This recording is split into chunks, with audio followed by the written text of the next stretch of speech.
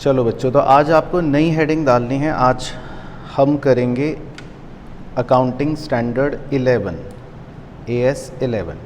ये हमारे हेडिंग का नाम है AS 11। इसका नाम लिखते हैं AS 11 है the effects of changes in foreign exchange rates. ठीक है, ये अकाउंटिंग स्टैंडर्ड 11 का नाम है the effects of changes in foreign exchange rates. तो फॉरेन एक्सचेंज के बारे में आपने थोड़ा बहुत सुना था बचपन में, या अभी भी थोड़ा बहुत अगर आप जानते होंगे तो उसमें आपको याद होगा कि इस तरह की बात है कि $1 80 रुपये का है ना, फॉरेन एक्सचेंज रेट। तो बस इस अकाउंटिंग स्टैंडर्ड के अंदर हम क्या कवर करते हैं कि भाई हमारे फॉरेन एक्सचेंज रेट में कुछ चेंज हो जाएगा तो उस पर उसका क्या प्रभाव पड़ने वाला है, effect of changes in foreign exchange rate. ठीक है ना, तो उसी पर पूरा ये अकाउंटिंग स्टैंडर्ड हमारा डील करता है। तो सबसे पहले इसमें पेज के बीचों बीच आप लिखना है स्कोप, कि इसमें हम क्या क्या कवर करने वाले हैं। तो इसमें आप 3 बाइफर्केशन करना। पहले बाइफर्केशन में लिखना है आपको accounting for transactions in foreign currencies. जो भी फॉरेन करेंसीज में आप ट्रांजैक्शंस करते हो उनकी अकाउंटिंग। दूसरा,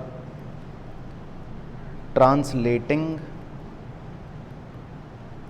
the financial statements, translating the financial statements of foreign operations, यानी कि हमारी कुछ ब्रांचेस विदेश में जो होंगी उनके फाइनेंशियल स्टेटमेंट्स को हम ट्रांसलेट करेंगे, मतलब कन्वर्ट करेंगे, बदलेंगे, क्योंकि वो तो डॉलर में काम करेंगी, मान लो हम रुपये में काम करेंगे तो कन्वर्ट करेंगे, उसको ट्रांसलेशन बोलते हैं। और इसके अलावा foreign currency transactions, foreign currency transactions in the nature of forward exchange contracts, in the nature of forward exchange contracts। ये भी आपको आगे मैं सिखाऊंगा। ये एक फॉरवर्ड एक्सचेंज कॉन्ट्रैक्ट्स होते हैं कुछ, इनके बारे में भी हम सीखेंगे। तो बेसिकली 3 बातें इसमें कवर की जाती हैं। आपकी ट्रांजैक्शंस की अकाउंटिंग, जो भी आप फॉरेन करेंसी में कर रहे हो, या फिर आपके कुछ फॉरेन ऑपरेशंस हो सकते हैं, यानी कि आपकी ब्रांचेस हो सकती हैं विदेश में, उनके स्टेटमेंट्स को कन्वर्ट करोगे यानी कि ट्रांसलेट करोगे, या फॉरवर्ड एक्सचेंज कॉन्ट्रैक्ट्स होंगे बेसिकली, जिसके बारे में भी हम स्टडी करेंगे। तो मतलब इस अकाउंटिंग स्टैंडर्ड के अंदर हमें ये कुछ बेसिक बातों को पढ़ना, देखना और समझना रहेगा। तो अब हम पॉइंट वाइज पॉइंट लिखते हैं, कुछ छोटी छोटी बातों को इसके नीचे। अब तो सबसे पहला पॉइंट लिखते हैं हम, नंबर 1, फॉरेन करेंसी ट्रांजैक्शन। कि भाई फॉरेन करेंसी ट्रांजैक्शन क्या होता है, इसको आप हाईलाइट कर लेना चाहें। तो फॉरेन करेंसी ट्रांजैक्शन में लिखना है is a transaction which is denominated in or requires settlement in a foreign currency, in a foreign currency। तो इसका सिंपल सा मतलब है फॉरेन करेंसी ट्रांजैक्शन का, कि मतलब कोई भी ऐसी ट्रांजैक्शन जिसमें आपको ट्रांजैक्शन को डिनोमिनेट करना हो, मतलब कन्वर्ट करना हो या सेटल करना हो किसी भी फॉरेन करेंसी में, तो अगर हम अपने एंगल से बात करें, इंडिया के एंगल से बात करें कि मान लो हम रिपोर्टिंग एंटरप्राइज हैं इंडिया के अंदर, तो हमारे लिए फॉरेन करेंसी कोई भी हो सकती है, डॉलर हो सकता है, यूरो हो सकता है, पाउंड हो सकता है, येन हो सकता है, कुछ भी हो सकता है। तो हम इस ट्रांजैक्शन को फॉरेन करेंसी ट्रांजैक्शन कह सकते हैं। बाकी इसके नीचे कुछ पॉइंट्स लिख लेते हैं कि मतलब इसमें क्या क्या बातें कवर की जा सकती हैं, तो एक एक बिंदी डाल के लिख लेते हैं। जैसे बाय और सेल गुड्स और सर्विसेज, दूसरी बिंदी बोरो और लेंड फंड्स, तीसरी बिंदी become party to forward exchange contracts, ये हम सीखेंगे अभी बाद में। Become party to forward exchange contracts. और चौथी बिंदी में बाय और सेल एसेट्स और इनकर और सेटल लायबिलिटी। तो आप चाहें गुड्स खरीदो या बेचो, आप चाहें बोरो करो या लेंड करो, आप चाहें कोई फॉरवर्ड एक्सचेंज कॉन्ट्रैक्ट में पार्टी बन जाओ, जो हम बाद में पढ़ेंगे, आप चाहें अपने एसेट बेचो या लायबिलिटी इनकर करो, ये कुछ भी अगर आप कर रहे हो इन फॉरेन एक्सचेंज, मतलब डॉलर में अगर कर रहे हो, पाउंड में अगर कर रहे हो, यूरो में अगर कर रहे हो, ऐसा कुछ भी अगर आप कर रहे हो, इनमें से कुछ भी काम अगर आप फॉरेन करेंसी में कर रहे हो, तो बस ये फॉरेन करेंसी ट्रांजैक्शन है, ये मतलब है। तो फॉरेन करेंसी ट्रांजैक्शन मतलब विदेशी मुद्रा में आप अगर कोई भी ट्रांजैक्शन कर रहे हो, तो that is foreign currency transaction. इसके बाद जी second point, monetary items. Monetary items किन्हें कहा जाता है इस अकाउंटिंग स्टैंडर्ड में? तो मॉनेटरी आइटम्स में लिखना are money held and assets and liabilities to be received और पेड इन फिक्स्ड या ब्रैकेट में determinable bracket close amounts of money.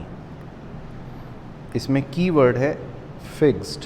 Fixed को आप ब्लॉक बना लेना और इसमें लिख लेना डैश डाल के example cash comma receivables comma payables. तो मतलब सिंपल भाषा में जितने भी आपके करंट एसेट्स हो गए, है ना, काइंड ऑफ, या करंट लाइबिलिटियाँ हो गई, जैसे पेबल्स का मतलब लाइबिलिटियाँ, करंट लाइबिलिटियाँ, रिसीवेबल्स का मतलब एसेट्स, करंट एसेट्स, और कैश तो कैश है ही।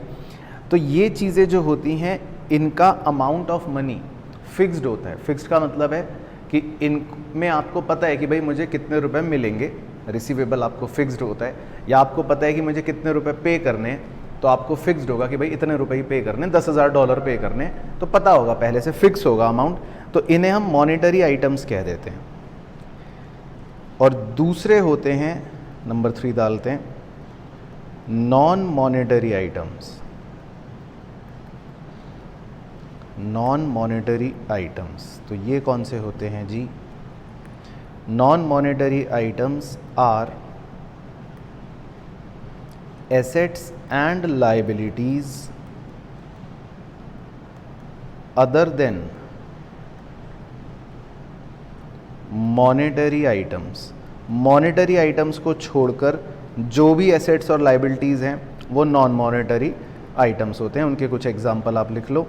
उनके एग्जांपल हो सकते हैं जैसे आपके जो भी एसेट्स हो गए, है ना, जैसे मान लो बिल्डिंग, फर्नीचर, लैंड।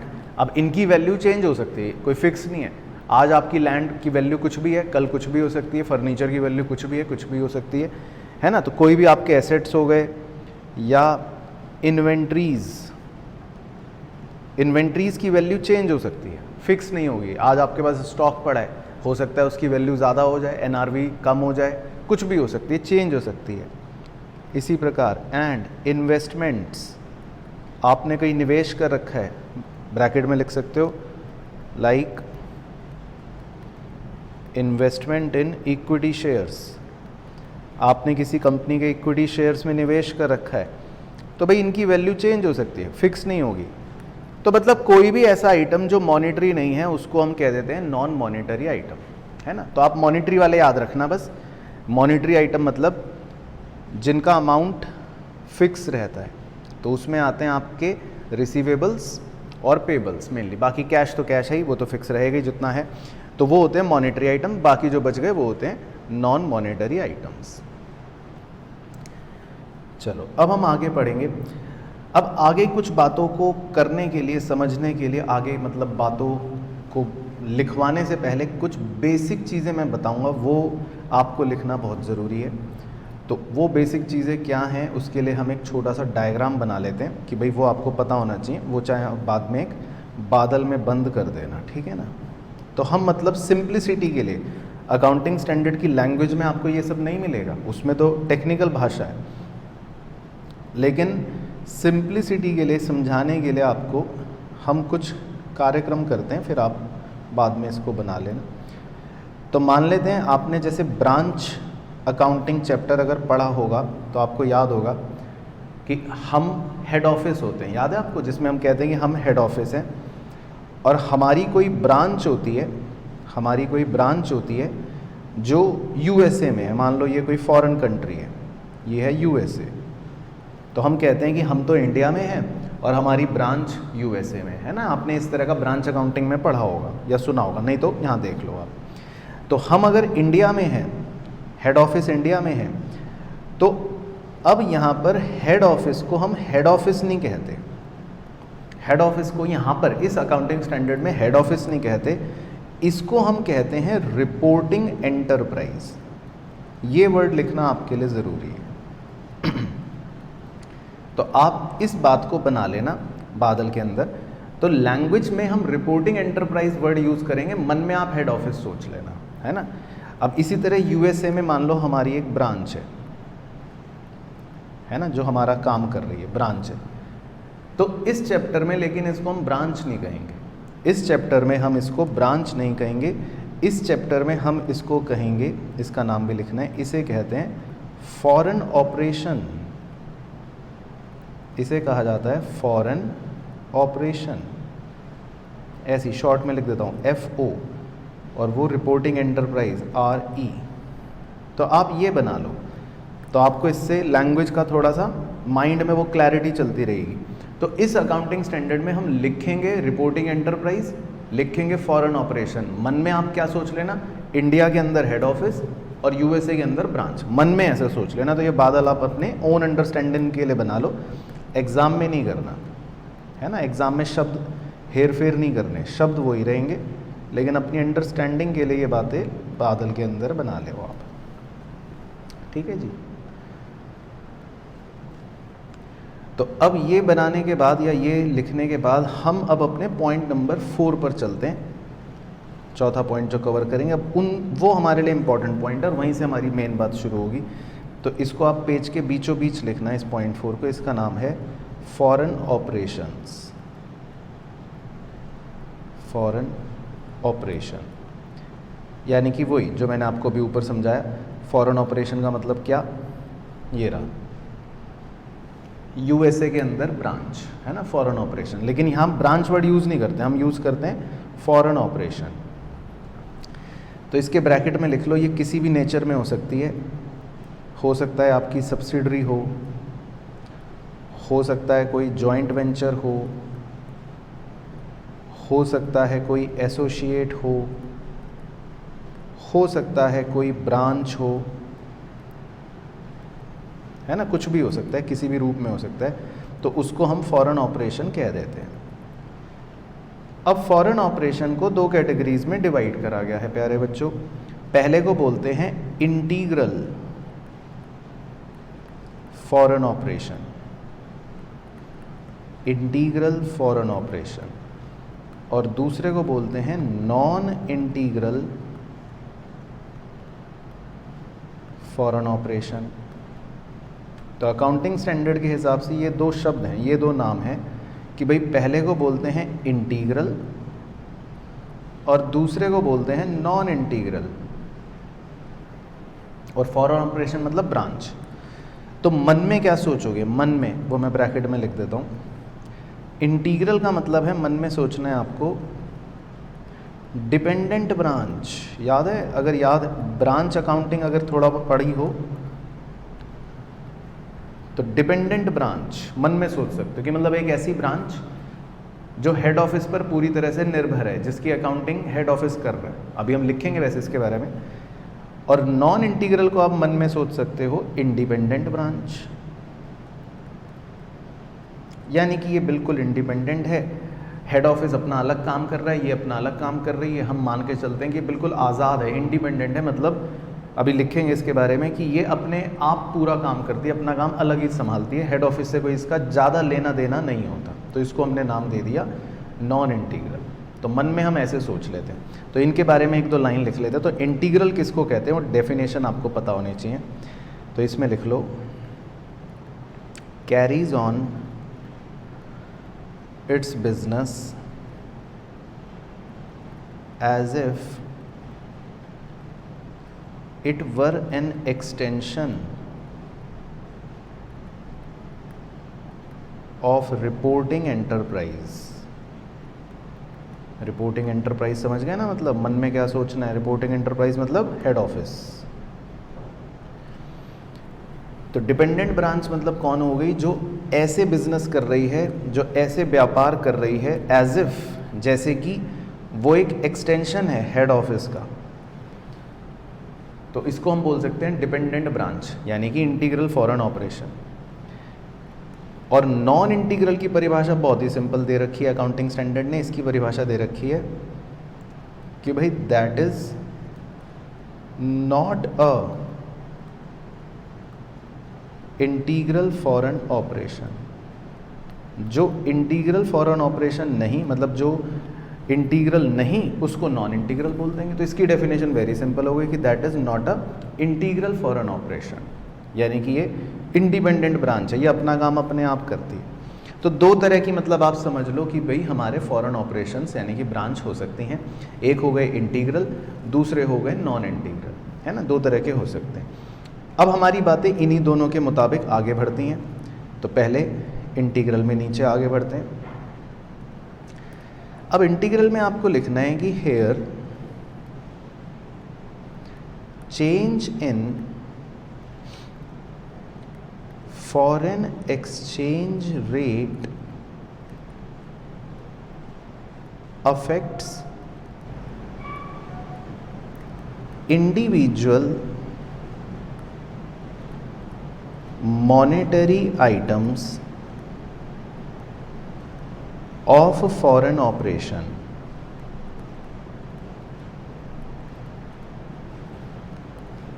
और नॉन इंटीग्रल में दूसरी तरफ लिखना है, अभी लिखो फिर समझाता हूं। Here change in foreign exchange rate affects reporting enterprise के बाद अपोस्ट्रोफी एस लगाना है, यानी कि रिपोर्टिंग एंटरप्राइजेज अपोस्ट्रोफी एस वाला net investment in foreign operation. ठीक है जी, तो ये अंग्रेजी है। अभी इसको समझाता हूँ। इसमें कीवर्ड्स हाईलाइट कर लेते हैं। इधर करना है अफेक्ट्स इंडिविजुअल मॉनेटरी आइटम्स और उधर करना है अफेक्ट्स नेट इन्वेस्टमेंट। ठीक है जी, तो ये आप हाईलाइट कर लो, ये लिख लो। पहले फिर समझाता हूँ कि ये क्या अंग्रेजी लिखी हुई है। चलो तो देखो ये समझ लेना, इसको लिखने की ज़रूरत नहीं, जो मैं यहाँ पे नौटंकी करूँगा वो आपको करने की ज़रूरत नहीं है भाई। रिपोर्टिंग एंटरप्राइज हम किसे बोल रहे हैं पहले तो वो समझते हैं दोबारा से। रिपोर्टिंग एंटरप्राइज का मतलब होता है ये कि भाई इंडिया में एक हेड ऑफिस है, और फॉरेन ऑपरेशन हम किसे बोलते हैं? फॉरेन ऑपरेशन ये जो हमारी यूएसए में मान लो कोई ब्रांच है। अब देखो इस अकाउंटिंग स्टैंडर्ड का मेन मुद्दा क्या है, इस अकाउंटिंग स्टैंडर्ड का मूल फंडा क्या है, उसको समझते हैं कि भैया हमारे कुछ फॉरेन एक्सचेंज रेटों में परिवर्तन होगा, चेंज होगा, उसका प्रभाव देखो, हेडिंग पढ़ो, effect of change in foreign exchange rate. भाई डॉलर का रेट रोज बदलता रहता है, आज डॉलर 80 का, कल 79 का मान लो, कल 81 का, तो कुछ भी चेंज होता रहता है। तो अब उसका प्रभाव क्या पड़ेगा उस बात पर चर्चा हो रही। तो अब देखो ध्यान से सुनना, अब मान लो ब्रांच वाले की अपनी एक पीएनएल होगी, ब्रांच वाले की अपनी एक बैलेंस शीट होगी, पीएनएल के अपने आइटम्स होंगे, बैलेंस शीट के मान लो अपने आइटम्स होंगे, है ना।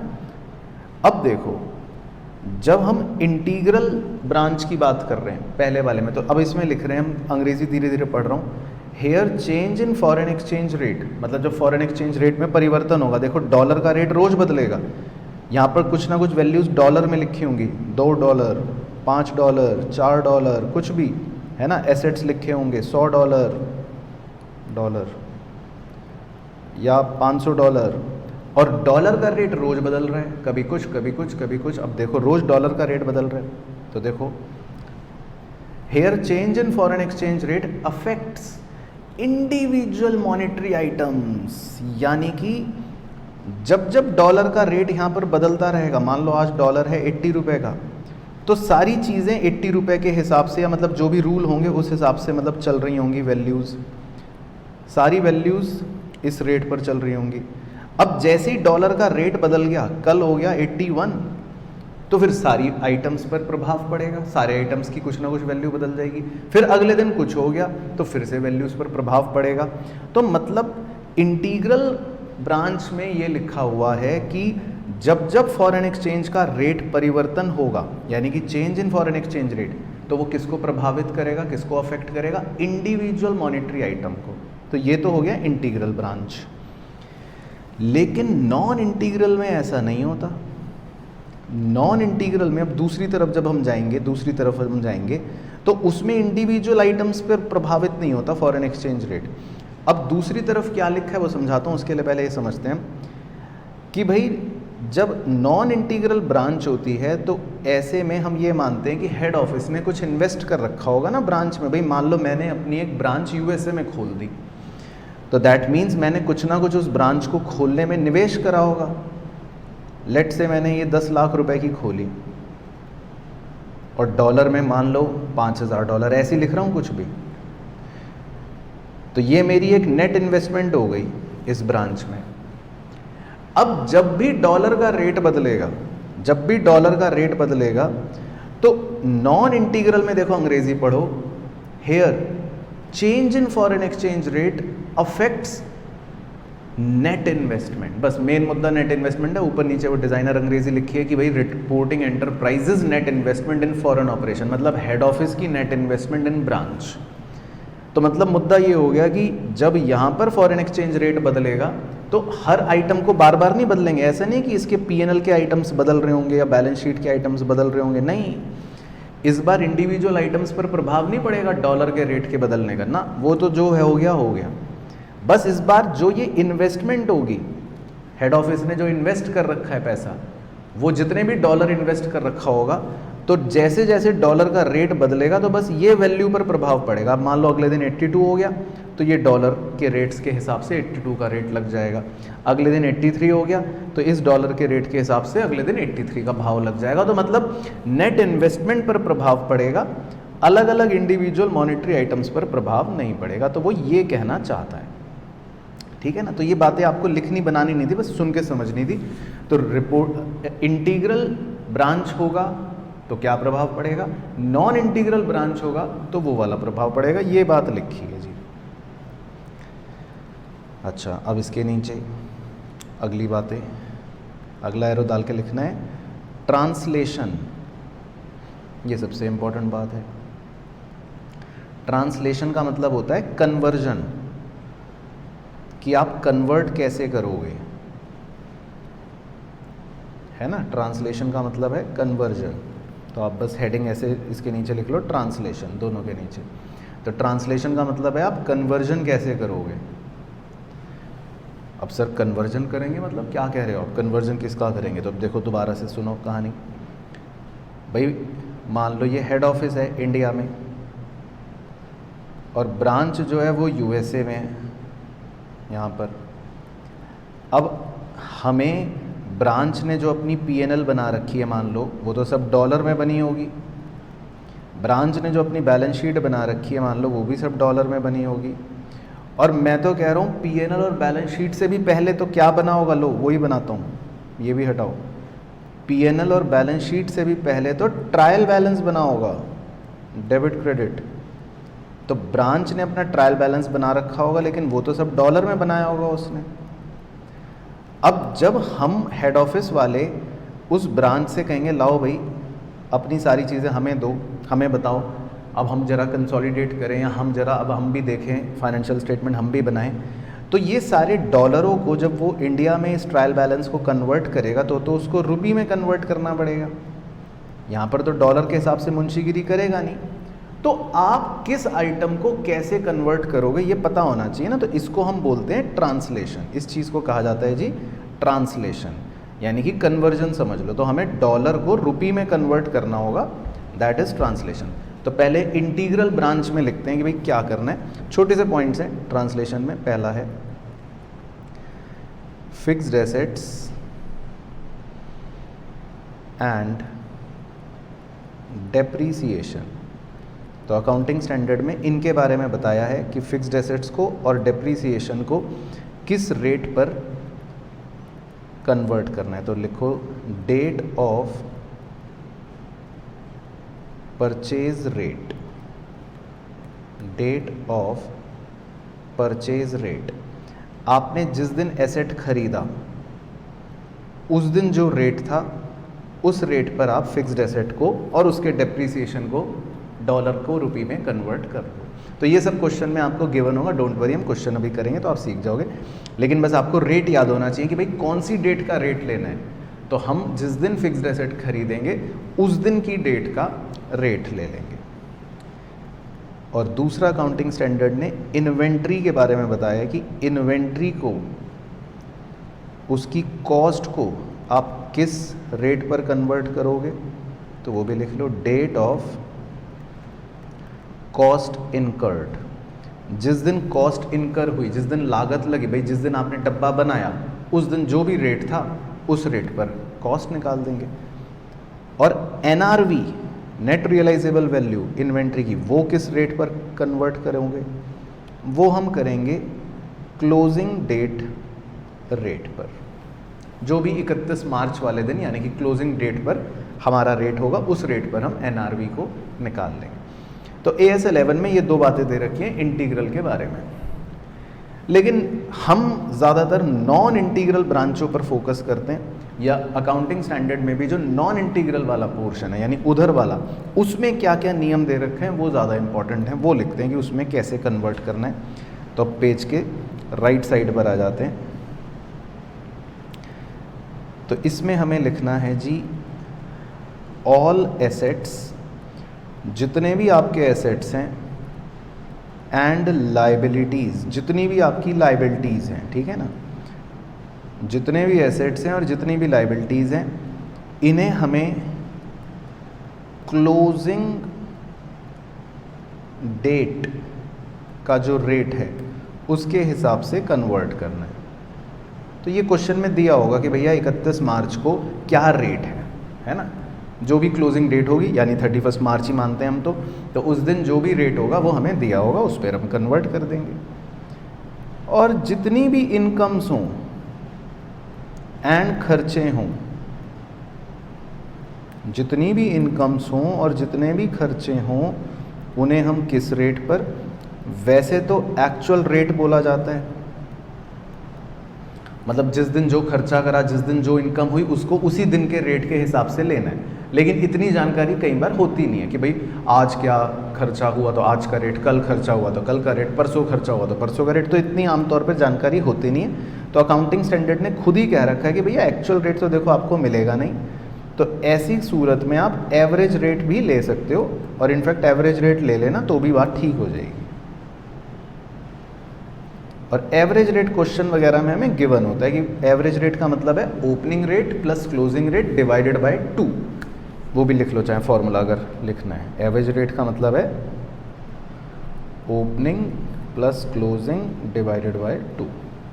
ये क्वेश्चन में वैसे गिवन होगा तो डोंट वरी, ये तो सिर्फ थ्योरेटिकल बातें हैं, हमें पता होना चाहिए कि भाई जो भी इनकम जो भी खर्चे हैं वो हम एवरेज रेट लगाकर कन्वर्ट कर देंगे। बाकी जितने भी एसेट्स हैं, चाहे गुडविल हो, जितनी भी लाइबिलिटी है, चाहे कैपिटल रिजर्व हो, कॉन्टिंजेंट लाइबिलिटियाँ हों, वो सब हमारे क्लोजिंग डेट रेट के हिसाब से कन्वर्ट हो जाएंगे। तो ये बेसिकली ट्रांसलेशन का नियम होता है। इंटीग्रल ब्रांच है यानी इंटीग्रल फॉरेन ऑपरेशन है तो ऐसे, नॉन इंटीग्रल फॉरेन ऑपरेशन है तो वैसे। अब इसमें बहुत ही खूबसूरत बात नीचे करली ब्रैकेट बनाकर दोनों के लिखनी है।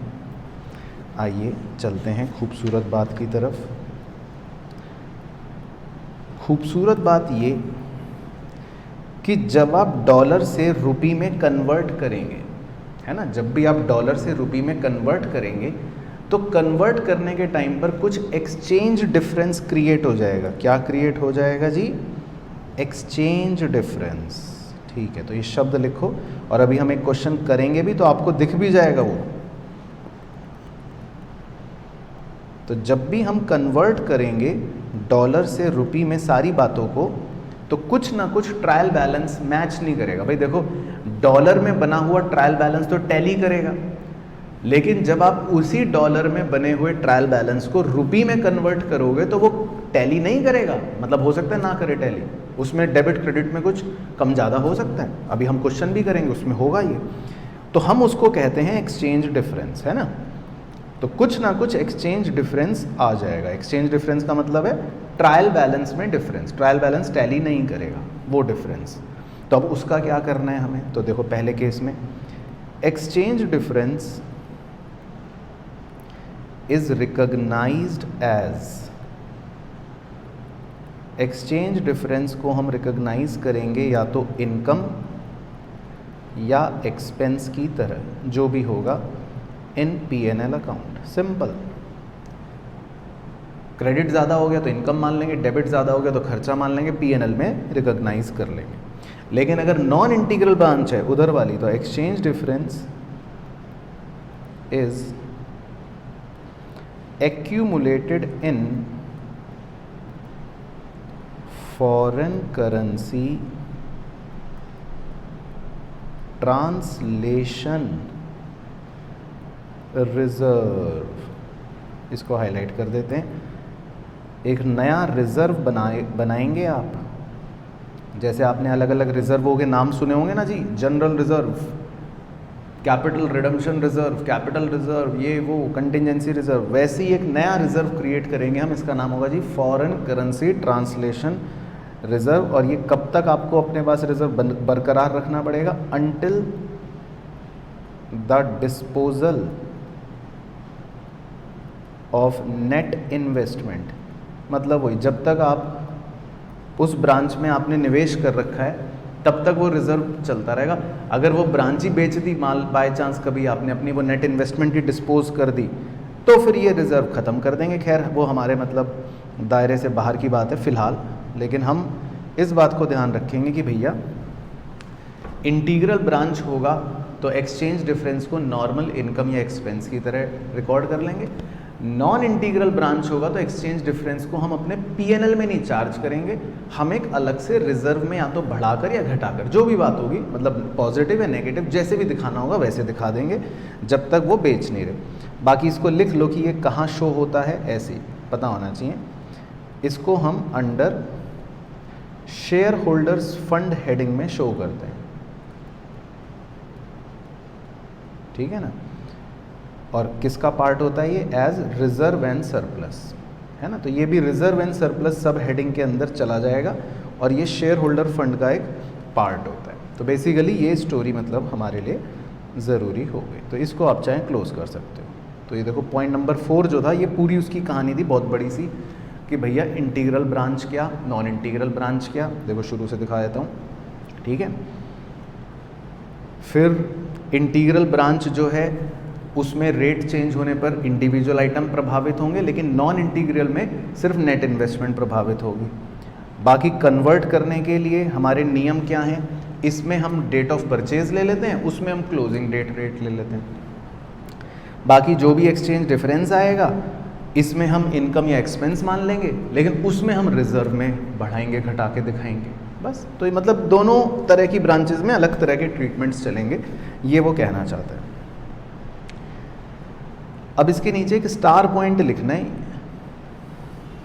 इस स्टार पॉइंट का, पहले स्टार पॉइंट का नाम है इंडिकेटर्स ऑफ नॉन इंटीग्रल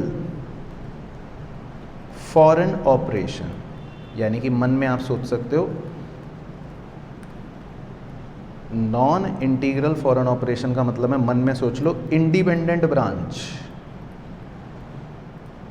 कि भैया ये ब्रांच जो है ये तो अपने आप काम खुद ही कर रही है, मतलब ये अपना खुद ही कारोबार संभाल रही है, हम पे डिपेंडेंट नहीं है। हम तो हेड ऑफिस है मान लो, तो ये हम पर डिपेंडेंट नहीं है, ये अपना खुद ही इंडिपेंडेंट काम कर रही है, बड़ा व्यापार कर रही है। तो उसकी पहचान क्या है, मतलब आप कैसे पहचानोगे, एक क्वेश्चन आ सकता है ना मन में कि सर हम कैसे पहचानेंगे, हम कैसे पहचानेंगे सर कि ये डिपेंडेंट ब्रांच है कि इंडिपेंडेंट ब्रांच है, हम कैसे पहचानेंगे सर। तो उसके कुछ इंडिकेटर्स दे रखे हैं सीए साहब को कि आप कैसे पहचान सकते हो। देखो मैं 4 इंडिकेटर्स लिखवाऊंगा आपको कि आप कैसे पहचान सकते हो। Number 1, there activities are carried out with significant degree of autonomy। ठीक है, अभी लिख लेना फिर समझाता हूँ। Second, their activities are financed by mainly from its own operations। Third, their sales are mainly in foreign currencies। Fourth, transactions with reporting enterprise, transactions with reporting enterprise are not high in proportion। है ना, और भी indicators हो सकते हैं, लेकिन 4 मतलब लिखवा लिए। तो आप ये लिख लो पहले, फिर मैं समझाता हूँ कि भाई ये क्या लिखा है। चलो लिख लिया। तो अब देखो बेसिक सी बात है, कॉमन सेंस वाली, कि आप कैसे पहचानोगे कि वो इंडिपेंडेंट ब्रांच है। उसके कुछ इंडिकेटर्स दे रखे हैं, और भी हो सकते हैं, लेकिन ये देखो क्या हो सकते हैं कि भाई उसके पास वो अपनी एक्टिविटीज़ ऐसे कर रहा है कि उसके पास बहुत ज़्यादा डिग्री ऑफ ऑटोनॉमी है। ऑटोनॉमी मतलब शक्तियाँ, कि वो अपने डिसीजंस खुद ले लेता है, हमसे नहीं पूछता। मतलब हम हेड ऑफिस हैं तो हमसे बार बार नहीं पूछता, वो खुद अपने डिसीजन ले लेता है। तो मतलब भैया इंडिपेंडेंट ब्रांच है। इसी तरह उसकी एक्टिविटियों के लिए जो पैसा है, यानी कि there activities are financed mainly from its own operations. वो अपनी गतिविधियों के लिए जो पैसे का जुगाड़ है वो खुद ही कर लेता, हमसे नहीं पैसे मांगता। तो मतलब वो अपने आप ही सारा काम संभाल लेता, तो इंडिपेंडेंट है। ये भी एक इंडिकेटर हो गया। उसकी सेल्स ज़्यादातर फॉरेन करेंसीज में ही होती है, तो मतलब वो अपने आप ही सामान बेचता रहता है और सारा डॉलर में कमाई करता रहता है, तो मतलब अपने आप ही काम कर रहा है, तो इंडिपेंडेंट है। ये सब इंडिकेटर्स हैं पहचानने की कि मतलब वो इंडिपेंडेंट है। इसी तरह transaction with reporting enterprise. Reporting enterprise मतलब हेड ऑफिस। वो हमारे साथ जो ट्रांजैक्शंस करता है ना, वो ज़्यादा नहीं करता, नॉट हाई इन प्रपोर्शन। मतलब अगर उसने 100 ट्रांजेक्शन्स करी हैं टोटल साल में, तो हमारे साथ सिर्फ 2-3 कर रहा है, बाकी अपने आप लगा हुआ है, किसी ना किसी और के साथ कर रहा है, अपने आप ही बिजनेस संभाल रहा है। तो इसका मतलब वो एक इंडिपेंडेंट ब्रांच की निशानी है। तो ये कुछ इंडिकेटर्स हैं जो ये साबित कर देंगे कि भैया ये ब्रांच इंडिपेंडेंट है, ये अपने आप ही काम संभाल रही है। तो इसको हमने बोल दिया इंडिकेटर्स, ठीक है ना। तो ये मतलब पॉइंट का निष्कर्ष था। इसी तरह एक दूसरा सितारा लिखना है इसके नीचे। अब नेक्स्ट, ये भी एक मतलब पॉइंट है इन्हीं बातों से रिलेटेड, इंटीग्रल नॉन इंटीग्रल से। तो इसमें लिखना है आपको change in classification of foreign operations. यानी कि आपने मान लो अपनी ब्रांच के क्लासिफिकेशन को बदल दिया, आपने अपनी ब्रांच के क्लासिफिकेशन को बदल दिया। तो क्लासिफिकेशन को बदलने का मतलब है इसमें दो ही बातें हो सकती हैं कि भाई पहले वो इंटीग्रल ब्रांच थी और अब आपने जब क्लासिफाई करा तो अब वो नॉन इंटीग्रल बन गई। अच्छा जी। या ऐसा हो सकता है कि भाई पहले वो नॉन इंटीग्रल ब्रांच थी और अब आपने जब दोबारा क्लासिफाई करा, अब उसके लक्षण देखे तो अब तो भैया वो इंटीग्रल बन गई। तो चेंज हो सकता है ना भाई, जैसे इंसान बदल जाता है तो हो सकता है ब्रांच का नेचर बदल जाए, क्लासिफिकेशन बदल जाए, कि पहले वो डिपेंडेंट थी फिर इंडिपेंडेंट हो गई, या पहले इंडिपेंडेंट थी और अब डिपेंडेंट हो गई। तो सर उससे हमारी सेहत पे क्या फ़र्क पड़ेगा। तो वो बस हमें आगे छोटी सी अंग्रेज़ी लिखनी है कि भैया अगर इंटीग्रल से नॉन इंटीग्रल बन जाएगी तो क्या होगा, और नॉन इंटीग्रल से इंटीग्रल बन जाएगी तो क्या होगा। तो लिख लेते हैं लाइन, बाकी अब समझ जाओगे लिखने के बाद। तो पहले लिख लो, इंटीग्रल से अगर नॉन इंटीग्रल बन गई तो डैश डाल के लिख लेना, एक्सचेंज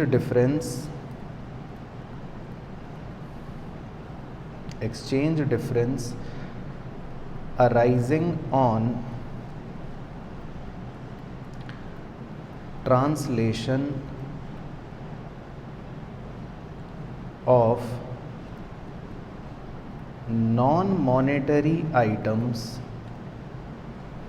non-monetary items मतलब आपके एसेट्स वगैरह हो गए जो बताए थे शुरू में। of non-monetary items are accumulated in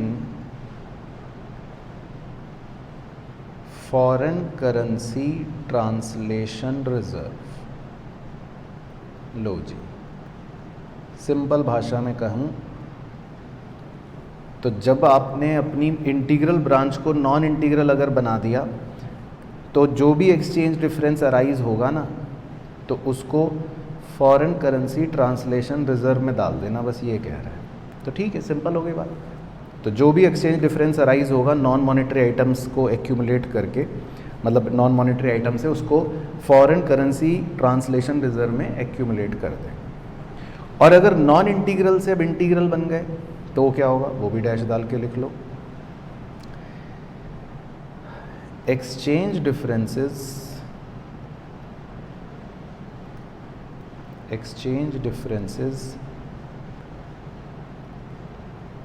which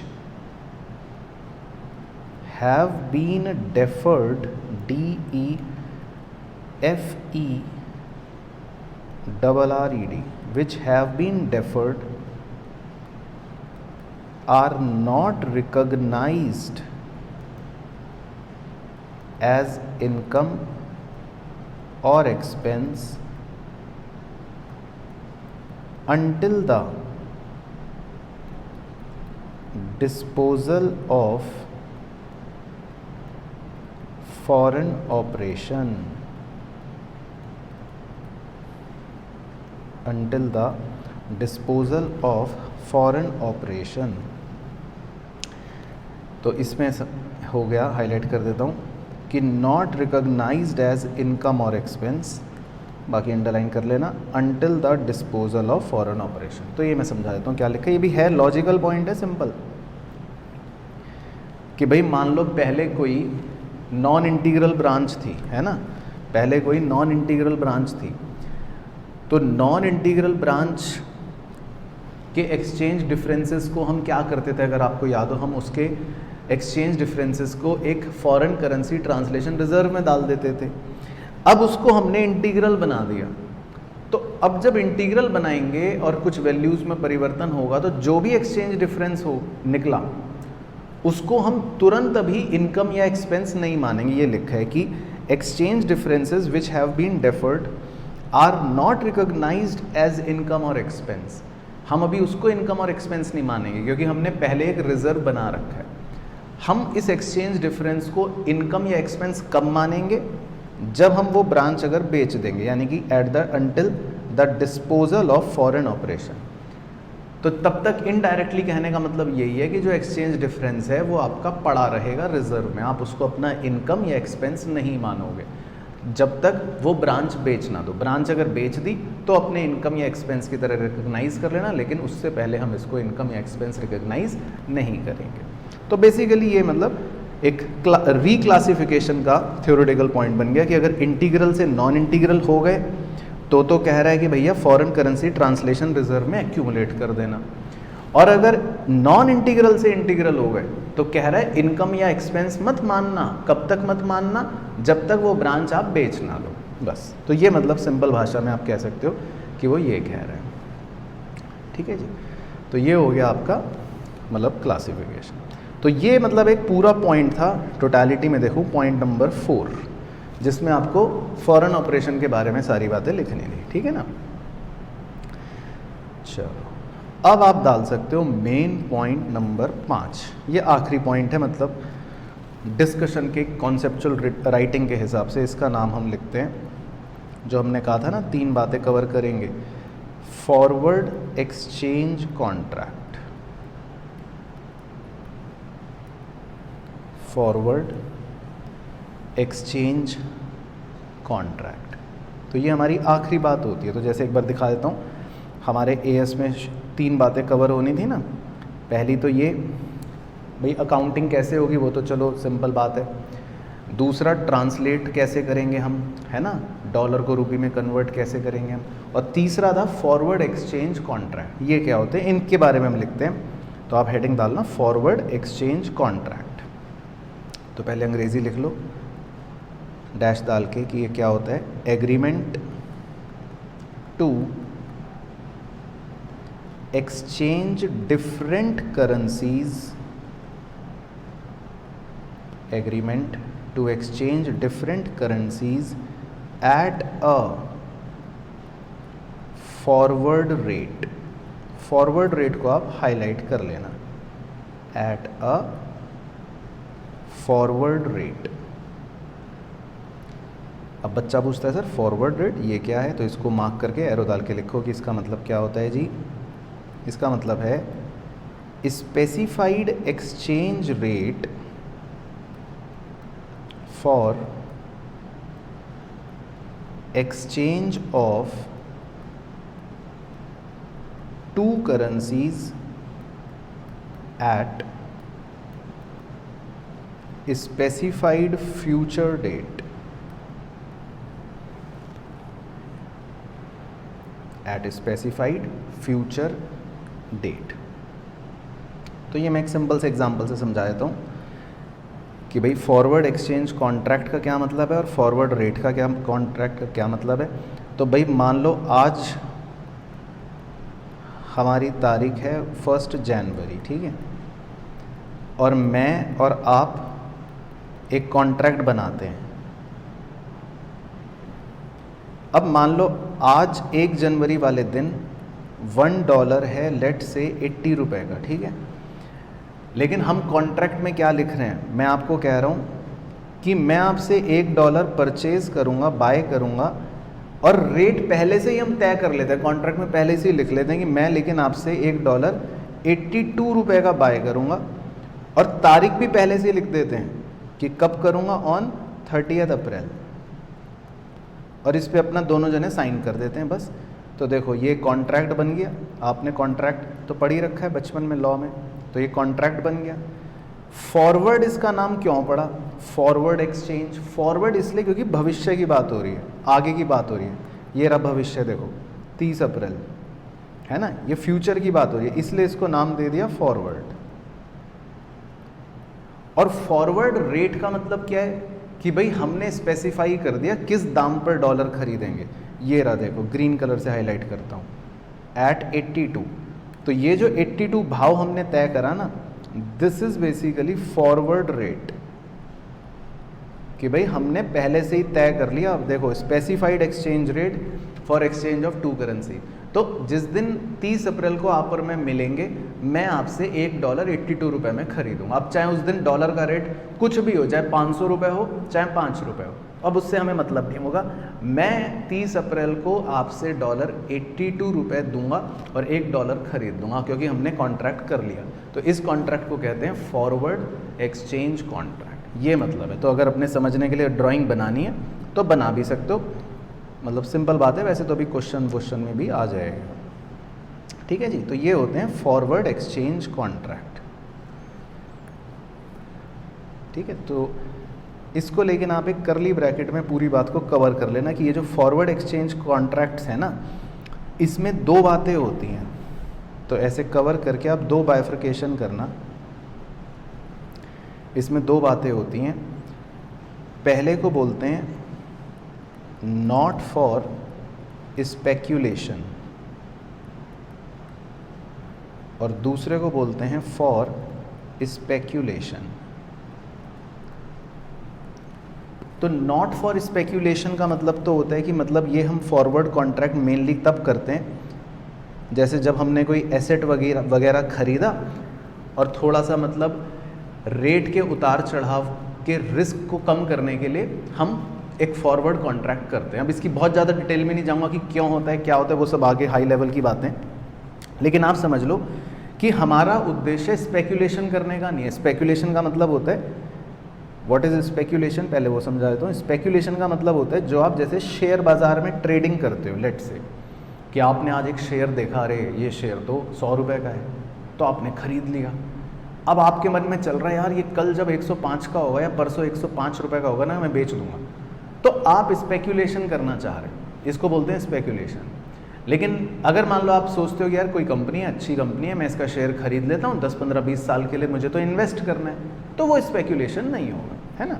तो यही कॉन्ट्रैक्ट की बात है कि अगर आप एक कॉन्ट्रैक्ट फॉरवर्ड कॉन्ट्रैक्ट कर रहे हो, लेकिन क्यों कर रहे हो कि भाई आपका पर्पस स्पेक्यूलेशन का नहीं है, तो ठीक है। लेकिन अगर आपका पर्पस स्पेक्यूलेशन का है तो फिर वो वाली बात हो जाएगी। तो इससे ना थोड़ा सा अकाउंटिंग पर फ़र्क पड़ जाता है। तो इसीलिए मतलब हम अकाउंटिंग नज़रिए से ऐसा लिख लेते हैं। तो नॉट फॉर स्पेक्यूलेशन में अभी लिख लो, समझ में नहीं आएगा लेकिन क्वेश्चन में सिखाऊंगा।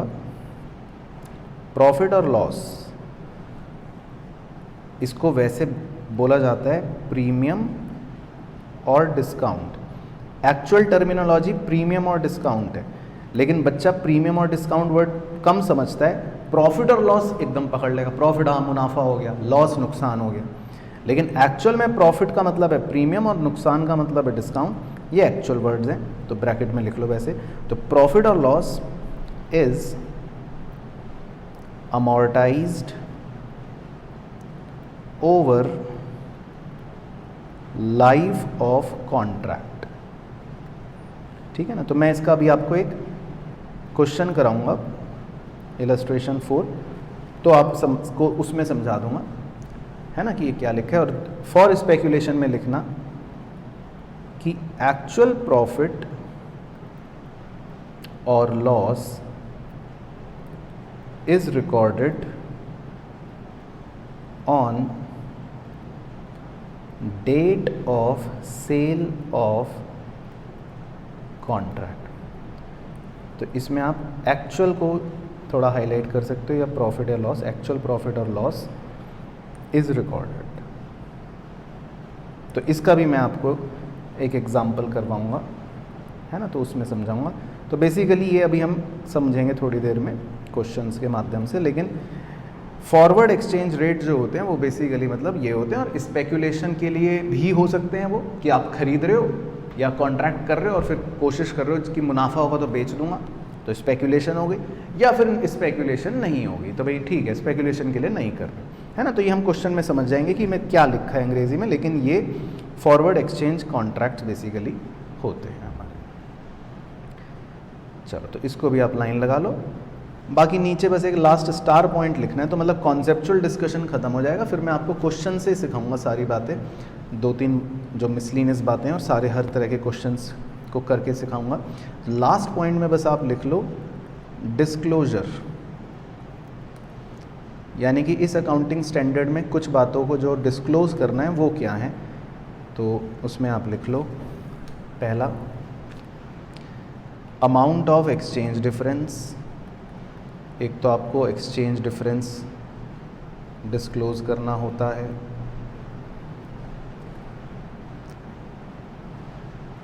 दूसरा net exchange difference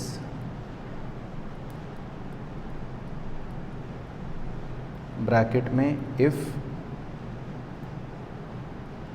accumulated in foreign currency translation reserve।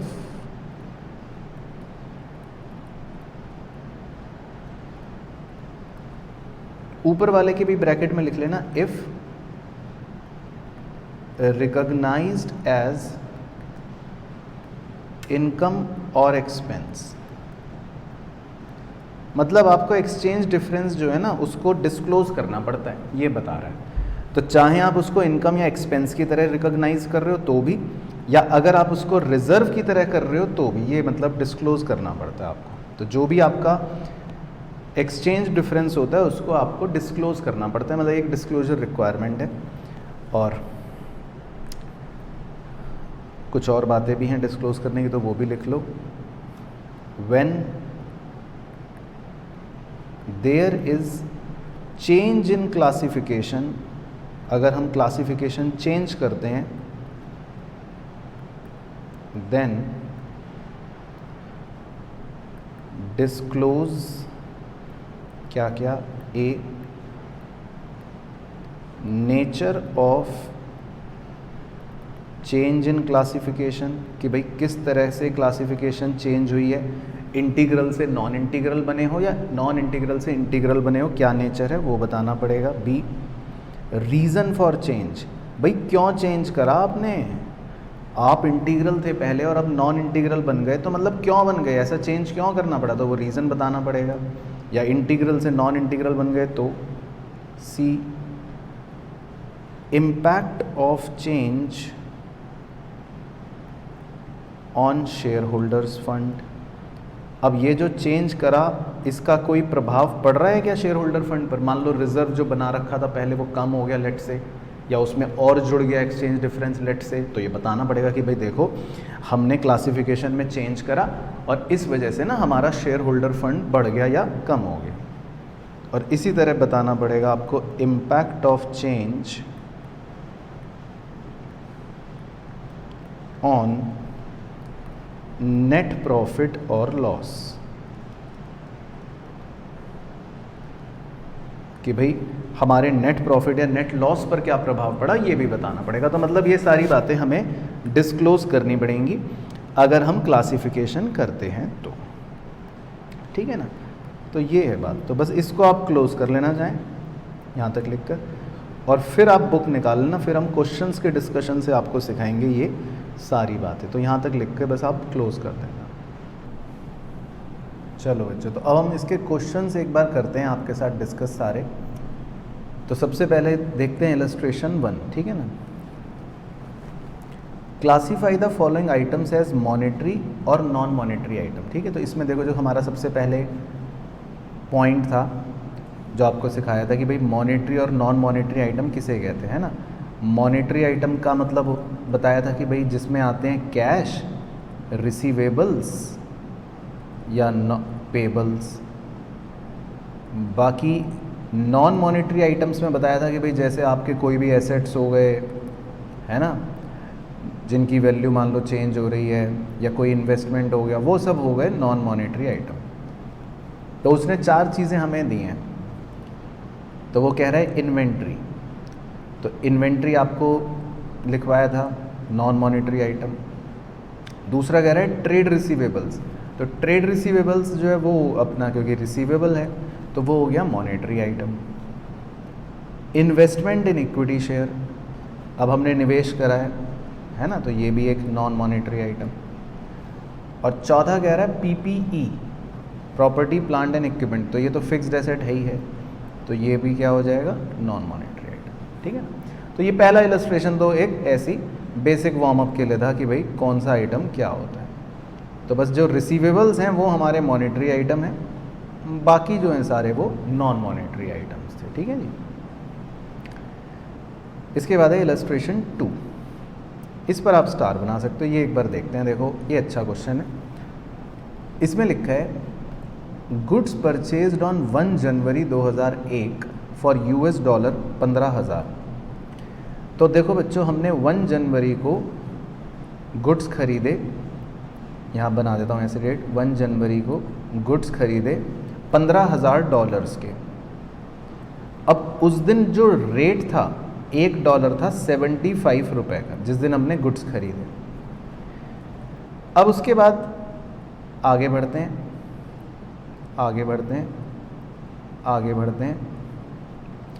3 महीने बाद हमारा ईयर का एंड आ जाएगा, यानी कि जिस दिन हम अपनी बैलेंस शीटें सब बनाते हैं, क्लोज करते हैं किताबों को। तो जब 31 मार्च वाला दिन आया, जिस दिन हम क्लोज करते हैं किताबों को, तो उस दिन एक्सचेंज रेट जो हो गया वो हो गया 74 रुपये।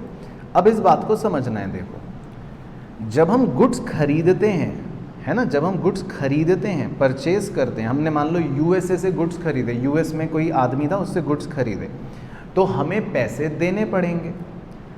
तो जिस दिन गुड्स खरीदे उस दिन तो रेट था 75, है ना, उस दिन क्या रेट था 75। तो यानी कि अगर आप वैसे सोचो तो इसका मतलब आपको 75 रुपये देने पड़ेंगे।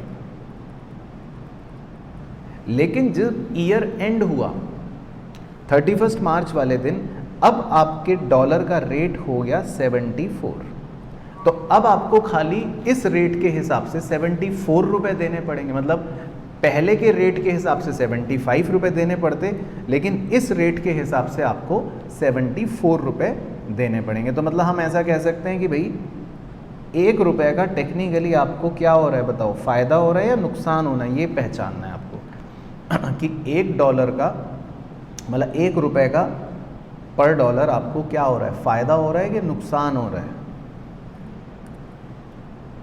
अगर हम ऐसे सोचें,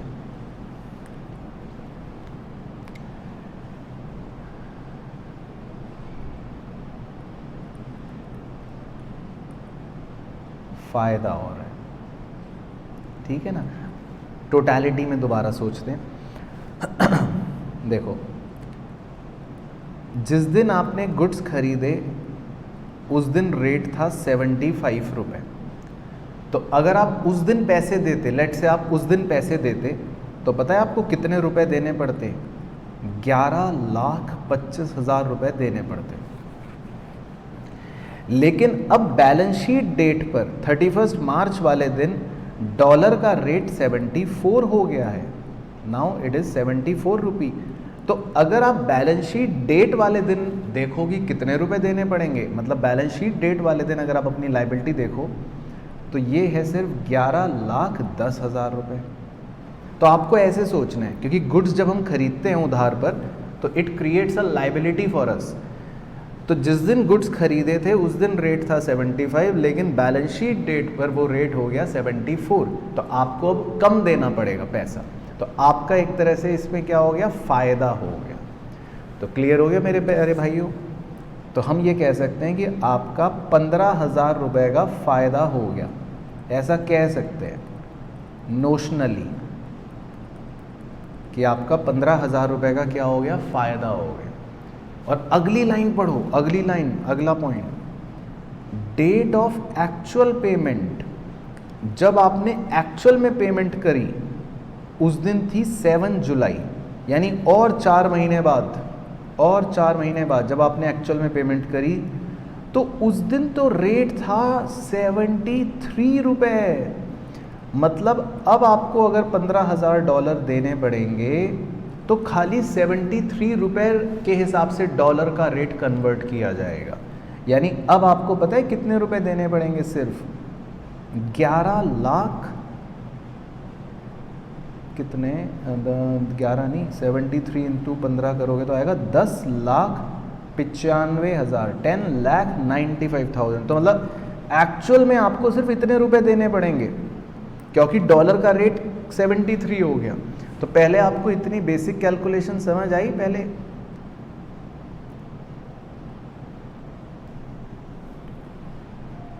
चलो तो अब देखो क्वेश्चन ये पूछ रहा है, you are required to ascertain the loss या gain to be recognised in the financial year ending 31 March 2001 and 31 March 2002 as per AS 11। तो मतलब अगर मैं डायग्रामेटिकली समझाऊं तो आपने 1 जनवरी को गुड्स खरीदे थे, वो वाला ईयर एंड हो गया था 31 मार्च 2001। तो जब इस ईयर एंड की आप बात करोगे तो गुड्स खरीदने वाले दिन आप सोच रहे थे कि मुझे 11,25,000 रुपये देने पड़ेंगे, है ना, क्योंकि $15,000 का सामान खरीदा था और रेट था 75। लेकिन 31 मार्च होते होते होते डॉलर का रेट कम हो गया, तो उस हिसाब से आपको अब सिर्फ 11,10,000 रुपये देने पड़ेंगे। तो इस फाइनेंशियल ईयर की अगर मैं बात करूं कि इस फाइनेंशियल ईयर में आप कितना गेन अपना रिकॉर्ड करेंगे, तो इस फाइनेंशियल ईयर में आप अपना 15,000 रुपये का गेन रिकॉग्नाइज कर लेंगे। और जब आपने एक्चुअल पेमेंट करी वो तो अगले फाइनेंशियल ईयर में करी आपने 7 जुलाई को। और मज़ेदार बात यह है कि उस दिन तो आपको और कम पैसे देने पड़े, सिर्फ 10,95,000 एक्चुअल पे करने पड़े आपको, क्योंकि डॉलर का रेट और कम होकर 73 हो गया था। तो इसका मतलब ये है कि अब जो ये और फ़ायदा मिला आपको, ये और फ़ायदा आप अगले फाइनेंशियल ईयर में रिकॉग्नाइज करोगे। तो बेसिकली आपको 15,000 का जो फ़ायदा हुआ वो पहले फाइनेंशियल ईयर में, और 15,000 का जो दूसरा फ़ायदा हुआ वो दूसरे फाइनेंशियल ईयर में रिकॉग्नाइज करना पड़ेगा। तो कुल मिलाकर ये फ़ायदे को हम AS 11 के हिसाब से रिकॉग्नाइज करेंगे, है ना। तो अब देखो इसका मैं सॉल्यूशन दिखा देता हूँ एग्ज़ाम के नज़रिए से भी,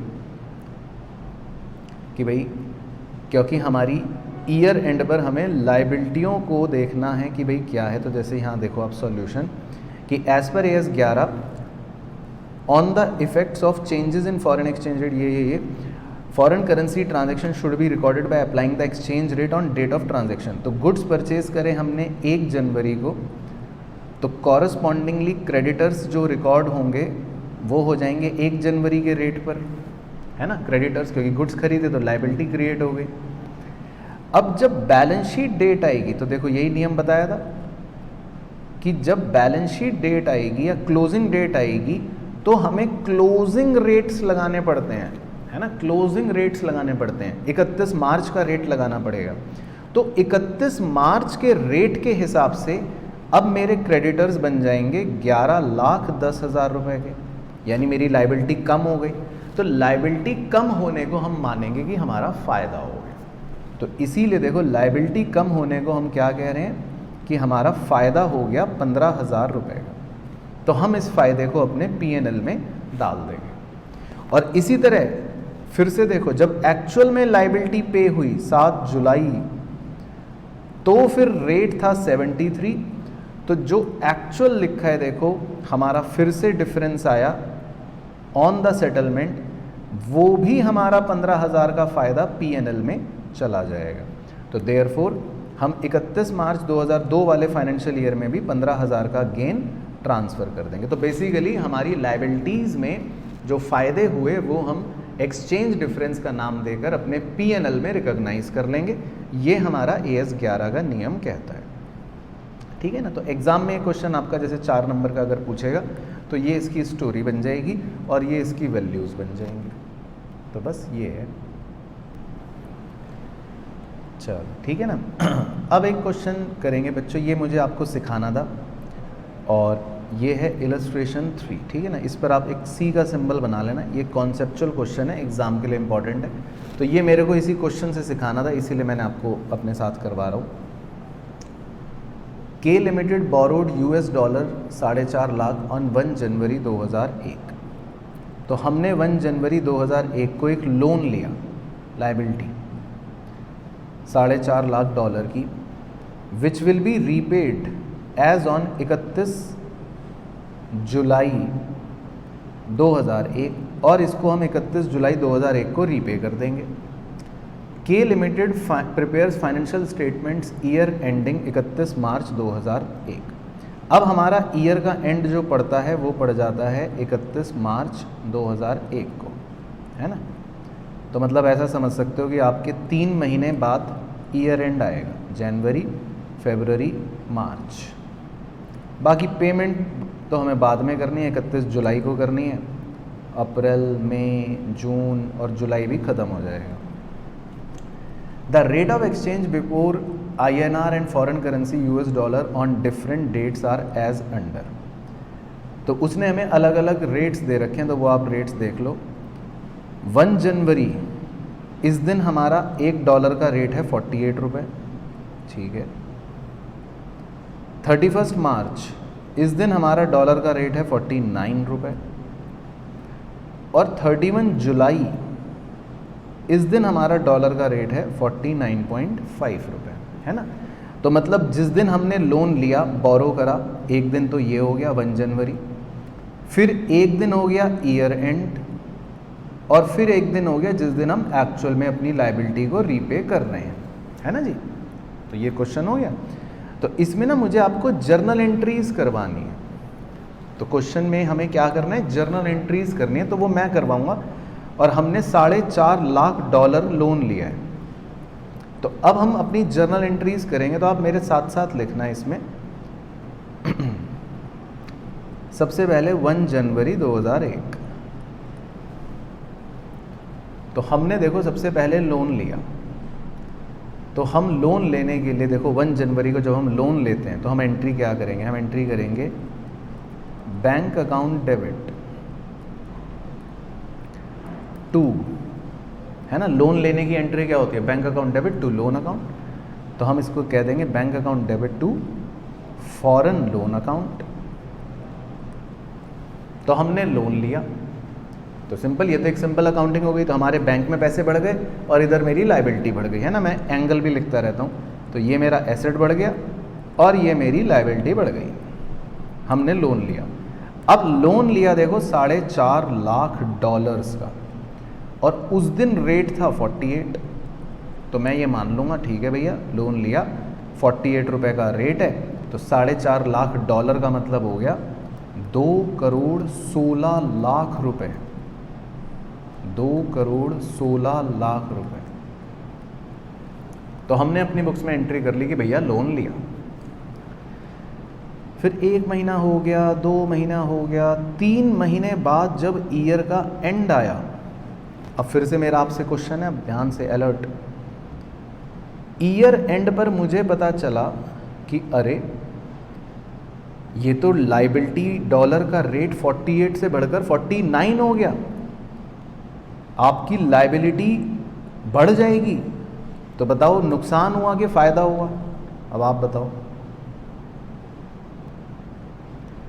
तो बिल्कुल सही, तो हमारा जब लाइबिलिटी बढ़ गई तो हमारा नुकसान हो गया।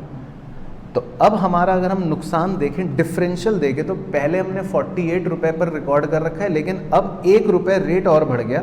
तो मैं ये कह सकता हूँ कि 1 रुपये का नुकसान हो गया, है ना। 1 रुपये का नुकसान हो गया। तो अब देखो मैं इस नुकसान को कैसे रिकॉर्ड करूँगा। नुकसान हो गया भाई, नुकसान हो गया, नुकसान हो गया, नुकसान हो गया।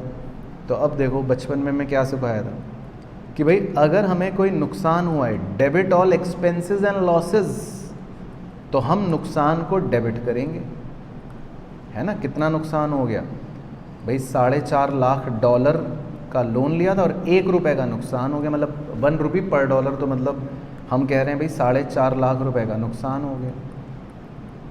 तो नुकसान को तो डेबिट कर दिया। और कॉरेस्पॉन्डिंगली दूसरा इफेक्ट हम कहेंगे भाई नुकसान जो हुआ क्योंकि रेट बढ़ गया तो हमारी लाइबिलिटी बढ़ गई, तो हमने अपनी लाइबिलिटी को बढ़ा लिया। तो लाइबिलिटी बढ़ाने के लिए तो क्या लिख देंगे, टू फॉरेन लोन अकाउंट, कि भैया लाइबिलिटी बढ़ गई 4.5 लाख रुपए से, क्योंकि रेट बढ़ गया तो लाइबिलिटी बढ़ गई, लाइबिलिटी बढ़ गई तो नुकसान हो गया। अब इस नुकसान को क्या कहेंगे, इस नुकसान को हम एक खाते में डालेंगे, तो वो खाते का नाम लिखना है बस आपको। इस नुकसान को हम कहते हैं, ये बाद में वैसे पीएनएल में ही चला जाएगा, लेकिन अभी पीएनएल नहीं लिखना, इसको लिखना है फॉरेन एक्सचेंज डिफरेंस अकाउंट, है ना, एक नया खाता बना दिया है ये नुकसान, फॉरेन एक्सचेंज डिफरेंस अकाउंट। तो आप ऐसे रिकॉर्ड कर लो, तो हमारा नुकसान हो गया और उस नुकसान को बोल दिया फॉरेन एक्सचेंज डिफरेंस अकाउंट। अगर फ़ायदा होता मान लो तो ये एंट्री उल्टी कर देते हम, लाइबिलिटी कम कर देते तो वो डेबिट हो जाती, और फ़ायदा होता तो क्रेडिट कर देते। तो आप ये एंगल ज़रूर लिख लेना अपने समझने के लिए कि नुकसान हो गया तो डेबिट कर दिया, लाइबिलिटी बढ़ गई तो क्रेडिट हो गया। तो यहाँ तक होगी कहानी। फिर 4 महीने बाद 31 जुलाई, इस दिन हमें अब रीपे करना है। अब हमें 31 जुलाई को एक्चुअल में पेमेंट करनी है, यानी कि 31 जुलाई को अब हम एक्चुअल में पेमेंट करेंगे। तो मेरा पहले तो क्वेश्चन आपसे फिर से है, अब जिस दिन पेमेंट करनी है उस दिन साहब रेट और बढ़कर 49.50 हो गया, तो अब बताओ, पहले 49 था और अब बढ़कर 49.50 हो गया, तो नुकसान हुआ कि फ़ायदा हुआ? अब तो खैर बता ही दोगे, मतलब लॉजिकल सी बात है ना। अब तो क्योंकि रेट और बढ़ गया तो हमारा क्या हो गया, नुकसान हो गया। तो अब देखो 31 जुलाई को हमारी एंट्री, और उसको समझने की भी कोशिश करना। अब हम क्या एंट्री कर रहे हैं, देखो एक तो हमारा नुकसान हुआ, तो पहले तो हम उस नुकसान को रिकॉर्ड करेंगे। तो फॉरेन एक्सचेंज डिफरेंस अकाउंट, वही एंगल, क्योंकि नुकसान हो गया। कितना नुकसान हो गया भाई, 4.5 लाख डॉलर का और 50 पैसे पर डॉलर के हिसाब से नुकसान हो गया। तो हम कहेंगे 2,25,000 रुपये का तो नुकसान हो गया। अब आपको ये बताना है, एक लाइन की जगह छोड़ देता हूँ, अब क्योंकि आज हम अपनी लाइबिलिटी को पे कर रहे हैं, रीपे कर रहे हैं, तो रीपे करने के लिए क्या लिखेंगे हम, टू बैंक अकाउंट। तो हम कितने रुपए रीपे करेंगे ये बताओ। आज रीपेमेंट हम करेंगे 4.5 लाख डॉलरों की, तो आज रीपे करने के लिए हम क्या रेट लगाएंगे और कितने रुपए रीपे करेंगे बताओ। तो निकाल सकते हो कैलकुलेटर पर फटाफट, क्योंकि जिस दिन हम रीपे कर रहे हैं, हम अपनी जेब से पैसे निकाल के दे रहे हैं, तो हमारा बैंक क्रेडिट हो गया और हम दे रहे हैं 49.50 रुपये के हिसाब से। तो हमें कितने रुपए पे करने पड़ेंगे, ओके 2,27,00,000, मतलब 2 करोड़, ठीक है, 22,75,000, बिल्कुल सही। तो ये हमने रीपे कर दिया। तो रीपे करने का मतलब है हमारा एसेट कम हो गया, मतलब पैसे दे दिए, है ना, ये तो लॉजिक क्लियर हो गया। और ये नुकसान था तो वो इसलिए डेबिट हो गया, ये बाद में पीएनएल में चला जाएगा, इसकी टेंशन नहीं है। अब एंट्री तो मैच नहीं हो रही, और क्या एंगल आएगा बीच में, लगाओ दिमाग, और क्या एंगल आएगा, बस सिंपल एंगल। अब जब हम अपनी लाइबिलिटी रीपे कर रहे हैं, हमने अपना लोन रीपे कर दिया, तो जो हमारी लाइबिलिटी बनी थी वो लाइबिलिटी अब हमारी ख़त्म हो जाएगी। तो ये देखो हमने 2 दफ़े लाइबिलिटी बनाई थी, पहले तो 2,16,00,000 की जब लोन लिया था, फिर दोबारा से लोन की लाइबिलिटी बढ़ाई थी 4,50,000 से। तो अब ये लोन हम रीपे कर रहे हैं, तो ये दोनों जो लाइबिलिटी हमारी फॉरेन लोन अकाउंट के नाम से बनी थी, तो now this liability will be over. तो हमारा मतलब फॉरेन लोन अकाउंट जो है वो डेबिट हो जाएगा। और दोनों को जोड़कर लिख लेते हैं कि मतलब जितनी भी हमारी लाइबिलिटी पहले क्रिएटेड थी वो पूरी की पूरी हमारी liability now will be over. तो इस एंट्री में डेबिट होने का मतलब है कि लाइबिलिटी ख़त्म, लाइबिलिटी हमारी ओवर हो गई, नो मोर लाइबिलिटी, क्योंकि हमने रीपे कर दिया। तो कितने रुपए रीपे कर दिए हमने, 2,20,50,000। तो ये हमारी रीपे करने की एंट्री बन गई और लाइबिलिटी ख़त्म हो गई। तो देखो एक बार किताब वालों का, तो मतलब ये हमने जर्नल एंट्री के रूप में कर लिया बेसिकली। तो सबसे पहले लोन लिया वो एंट्री, 31 मार्च क्योंकि ईयर का एंड था तो हमने अपना नुकसान बुक कर लिया, लाइबिलिटी बढ़ा दी। और 1 जुलाई को जब हमने रीपे करा तो रीपे करने पर हमारी लाइबिलिटी जो है वो ख़त्म हो गई और बैंक से हमारा पूरा पैसा चला गया। तो ये बेसिकली इसका सही सॉल्यूशन बन गया।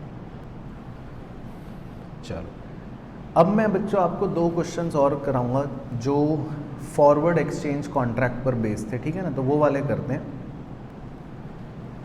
तो एक था इलस्ट्रेशन 4, है ना, मैंने कहा था जो होता है जिसमें आपको बताया था नॉट फॉर स्पेक्यूलेशन, एक तो ये करूँगा डिस्कस फॉरवर्ड कॉन्ट्रैक्ट्स का, और फिर करवाऊँगा इलस्ट्रेशन 5 जो होता है फॉर स्पेक्यूलेशन, ठीक है ना, और वो कैसे पता चला वो भी सिखाऊंगा। तो लेकिन हम ये दोनों क्वेश्चंस करेंगे, तो एक बार आप पहले हम 4 पढ़ते हैं।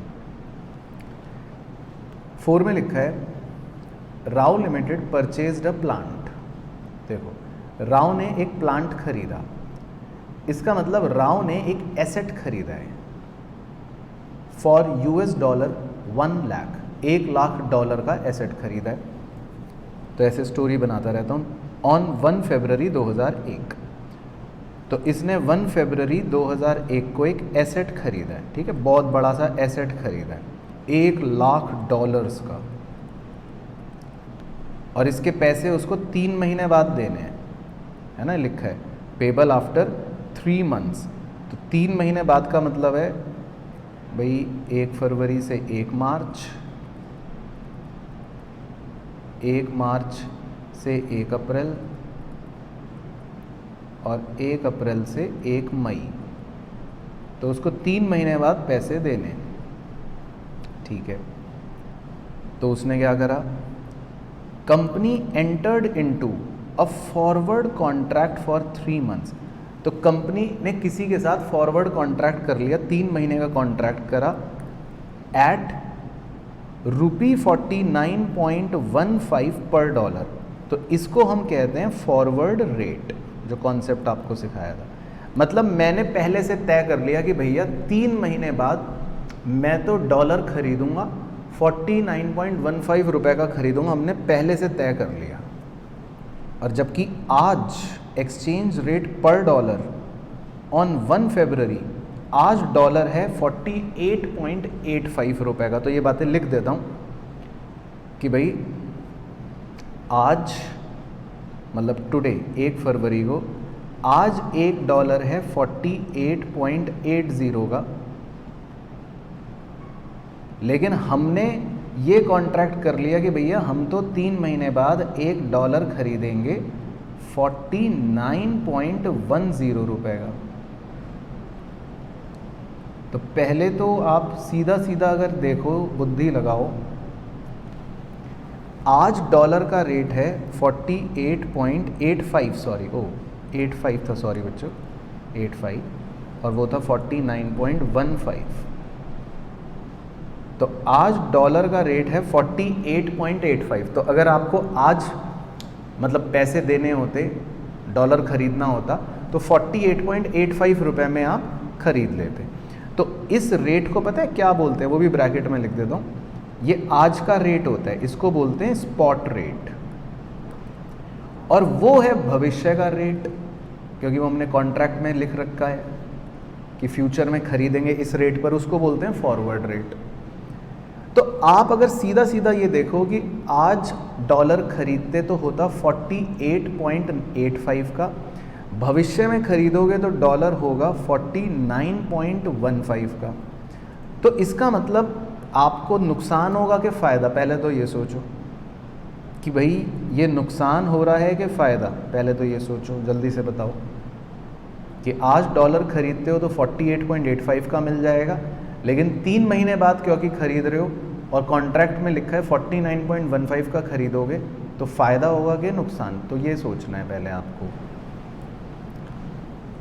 वेरी गुड, नुकसान ही होगा ऑब्वियसली। भाई आप कोई भी चीज़ महंगी खरीद रहे हो, आज पेन खरीद रहे हो 10 रुपये का, और 3 महीने बाद ये पेन खरीदोगे 11 रुपए का, तो नुकसान ही हो गया। तो हम कह सकते हैं ना कि भाई इसका मतलब हमारा लॉस हो रहा है कितने रुपए का, मतलब 49.15 माइनस 48.85, यानी कि आपका 30 पैसे का नुकसान हो रहा है ना, लॉस पर डॉलर। $1 पर 30 पैसे का नुकसान हो रहा है। तो मैं ये भी कह सकता हूँ कि इसका मतलब आपका जो टोटल नुकसान होगा, क्योंकि $1 लाख आपने मतलब का एसेट खरीदा है, तो आपका कुल नुकसान 30,000 रुपये हो जाएगा। तो पहले आप यहाँ तक सब बच्चे सहमत हैं? तो पहले एक बार यहाँ तक बता देना कि भाई यस सर, ओके, यहाँ तक की कहानी समझ आई। तो इसका मतलब आपका नुकसान जो हो रहा है वो कितने का हो रहा है, 30,000 रुपये का होगा इस कॉन्ट्रैक्ट में। फ़ायदा भी हो सकता था, वो तो क्वेश्चन में कुछ भी हो सकता था, लेकिन इस क्वेश्चन में हमारा नुकसान हो रहा है। ठीक है जी, यहाँ तक ओके है। अब आपको ये अंग्रेज़ी लिखवानी तो जो थी वो पढ़वा देता हूँ, फिर चलते हैं वापस। देखो, नॉट फॉर स्पेक्यूलेशन है ना। अब इलस्ट्रेशन 4 में जो हम अभी कर रहे हैं, इसके अंदर देखो हमारा उद्देश्य कॉन्ट्रैक्ट खरीद के बेचने का नहीं था, हमने तो एक एसेट खरीदा था, है ना। और एसेट खरीदने के बाद 3 महीने का हमने कॉन्ट्रैक्ट करा। तो यहाँ कहीं पर भी हमारा स्पेक्यूलेशन का उद्देश्य नहीं, क्योंकि हम एसेट खरीद रहे हैं। ये तो हो गई पहचान कि हम सामान खरीद रहे हैं और फिर एक कॉन्ट्रैक्ट कर रहे हैं। तो इसका मतलब हम स्पेक्यूलेशन नहीं कर रहे हैं, हम तो अपने एसेट को खरीदने के बाद कॉन्ट्रैक्ट कर रहे हैं। तो ऐसे में देखो क्या लिखा है, प्रॉफिट और loss is amortised over the life of contract. तो जितनी भी कॉन्ट्रैक्ट की लाइफ होती है, हम उस प्रॉफिट या लॉस को उसके ऊपर अमोर्टाइज करते हैं। तो अब देखो इस सवाल में, तो इस सवाल में जो हमारा ये लॉस हुआ 30,000 का, अब हम इसे आज नहीं बुक कर लेंगे, चलो भाई 30,000 का लॉस हो गया, नहीं, हम इसे अमोर्टाइज्ड कर देंगे लाइफ ऑफ द कॉन्ट्रैक्ट। अब कॉन्ट्रैक्ट की लाइफ है 3 महीने, तो हम मानेंगे कि पहले महीने का लॉस 10,000, हम मानेंगे कि दूसरे महीने का लॉस भी 10,000, और हम मानेंगे कि भाई तीसरे महीने का लॉस भी 10,000। यानी कि इस 30,000 के लॉस को लाइफ ऑफ द कॉन्ट्रैक्ट पर अमोर्टाइज कर दिया जाएगा।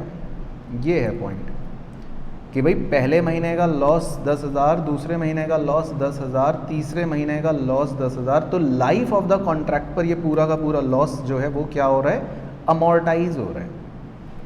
तो ये बात समझ आ गई सबको?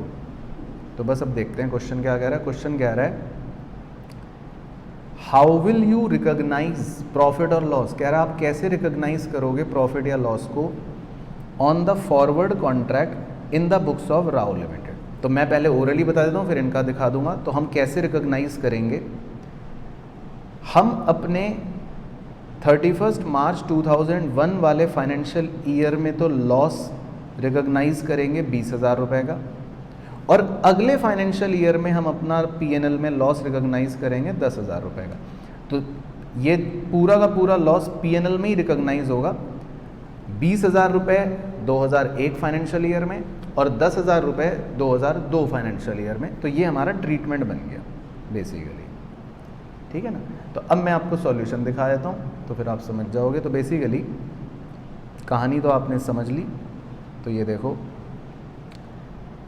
फॉरवर्ड रेट ये हो गया, स्पॉट रेट ये हो गया, 0.30 प्रीमियम मतलब एक्स्ट्रा पैसे दे रहे हैं हम। कॉन्ट्रैक्ट इतने डॉलर का था, तो हमारा टोटल लॉस हो गया 30,000।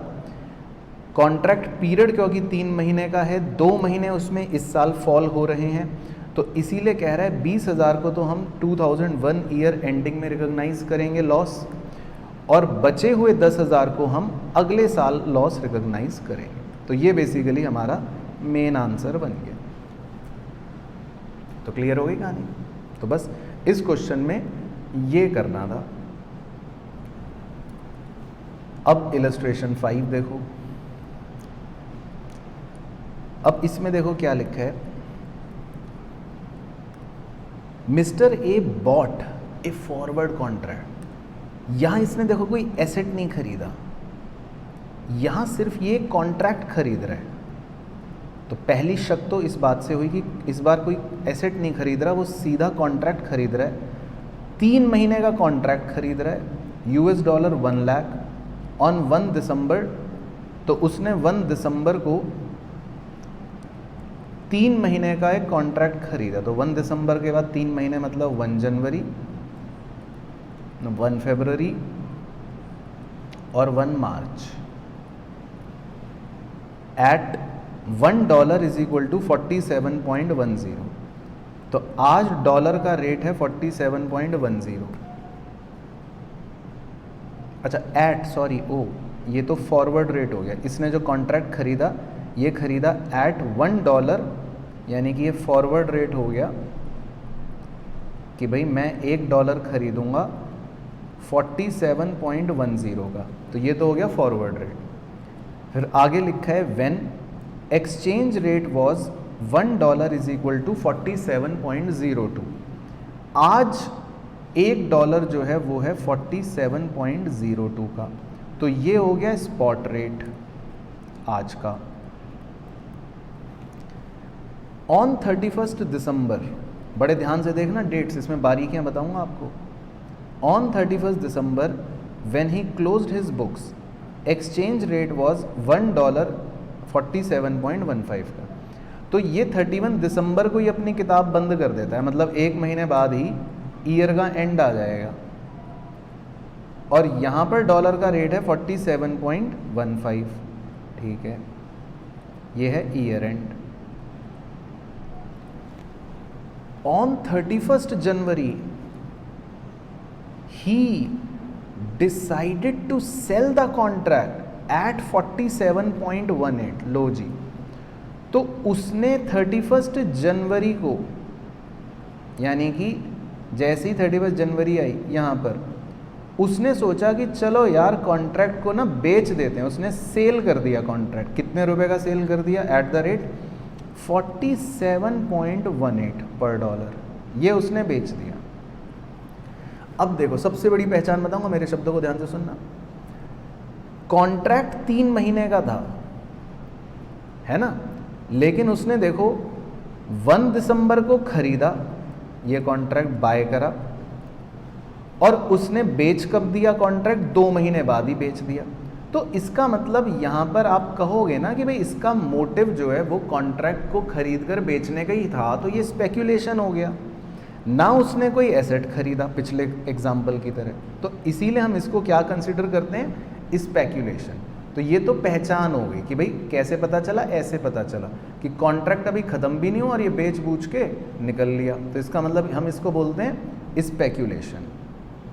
अच्छा, अब ऐसे में हम करेंगे क्या? मुद्दे की बात बड़े ध्यान से सुनना। जब भी हम स्पेक्यूलेशन के लिए कोई कॉन्ट्रैक्ट करते हैं तो पहले ट्रीटमेंट दिखाता हूं आपको कि क्या लिखा था। तो वो देखो, पढ़ो। जब हम स्पेक्यूलेशन के लिए कॉन्ट्रैक्ट करते हैं तो हम जो एक्चुअल प्रॉफिट होता है ना वो रिकॉर्ड करते हैं, और वो भी कब रिकॉर्ड करते हैं? On the date of sale of contract. अब इसमें हमें ईयर एंड वीयर एंड से कोई मतलब नहीं है।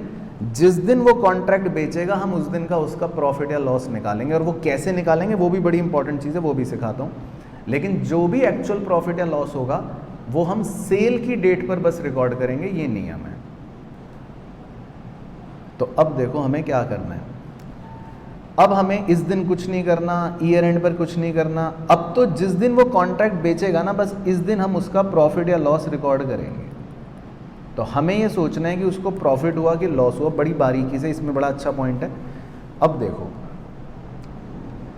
उसने जब कॉन्ट्रैक्ट करा तो उसने कॉन्ट्रैक्ट लिखा है, देखो पहली लाइन में उसने कॉन्ट्रैक्ट में लिखा कि मैं डॉलर बाय करूंगा। उसने कॉन्ट्रैक्ट बाय करा किस रेट पर? 47.10 पर। ये रहा, देखो उसका कॉन्ट्रैक्ट का रेट क्या था, ये जिसको हमने लिखा था ना फॉरवर्ड रेट, कि भाई उसने कॉन्ट्रैक्ट करा कि मैं किस रेट पर खरीदूंगा, 47.10 पर खरीदूंगा, है ना। ये उसने बाय करने का कॉन्ट्रैक्ट कर लिया। फिर आगे कहानी हुई, जो भी रेट दिए वो सब बेकार हैं हमारे लिए। तो इसमें हमारे लिए स्पॉट रेट बेकार है, क्लोजिंग रेट बेकार है, और जिस दिन अब उसने एक्चुअल में बेचा, सेल करा, तो सेल करने वाले दिन रेट था 47.18।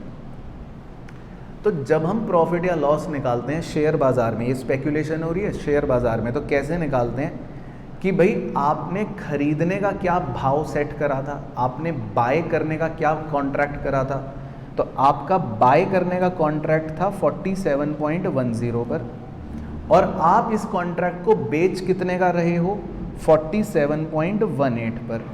तो हम ये कह सकते हैं कि इसका मतलब मुनाफा हो रहा है, क्योंकि बेच रहा है महंगे पर, खरीदने का भाव का कॉन्ट्रैक्ट सस्ता था 47.10।